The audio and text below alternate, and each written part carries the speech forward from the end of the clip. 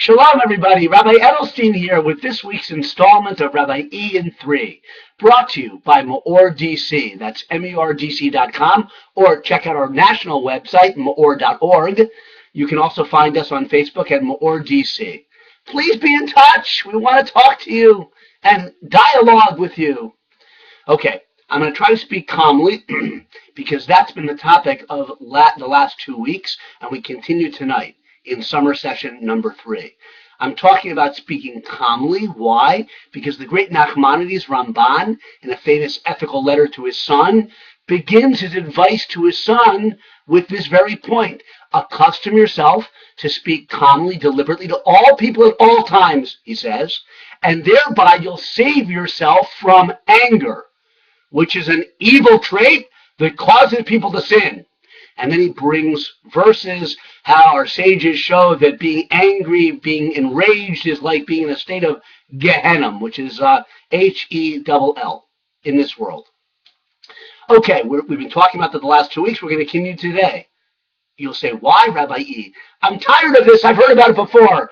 I'm sorry. I've been reading this letter of the Ramban for 20 years. Who knows how many times? Can I say that I've mastered this trait of speaking calmly and deliberately to all people at all times? No is the answer.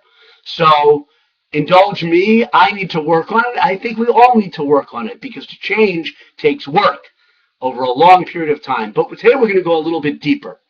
Now, about this topic of speaking softly, being saved from anger, ka'as in Hebrew. The Ramban, Nachmanides, doesn't mention this point, but I'll begin with this. If you speak softly and deliberately, rather than speaking harshly and giving into anger, you'll be listened to more often, and you'll be a more effective communicator. There are many verses in Proverbs by King Solomon that attest to this fact, that if you speak banachas to someone, you'll diffuse their hot temper potentially, and you'll be a more effective communicator. Your words will penetrate. You'll be listened to. So that's a benefit, if you will, in a utilitarian sense, that you get from learning to control one's anger and speak softly. But that's not what the Ramban says. He says it's an evil trait that causes a person to sin. Let's start from the back. What sins are caused by anger? A lot. Revenge and keeping a grudge and insulting someone and punching someone and smashing their car. I mean, if you think about it, and this is true of it's a more general application why character traits are so important, because if you don't master good character traits, or if you allow yourself to be dominated by bad character traits, you'll come to specific transgressions of the Torah and otherwise horrible, terrible antisocial acts, like speaking harshly and hurting people and slapping people and abusing people and so on and so forth. So it causes a person to transgress. But the Ramban says, but it's a midah ra'ah. In other words, in and of itself, it's a bad trait. It's a desecration, if you will, of our tselem Elokim, of the image of God that each one of us, every human being, embodies.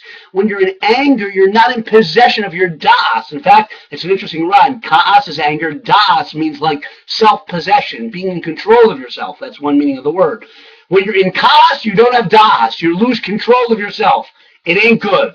So, for all good reasons, let's keep speaking calmly, training ourselves, to all people at all times, to speak calmly. It's 3:45. I'm sorry. You're great. Thanks for listening. Have a great Shabbos. We'll continue to go deeper and deeper next week. Good Shabbos.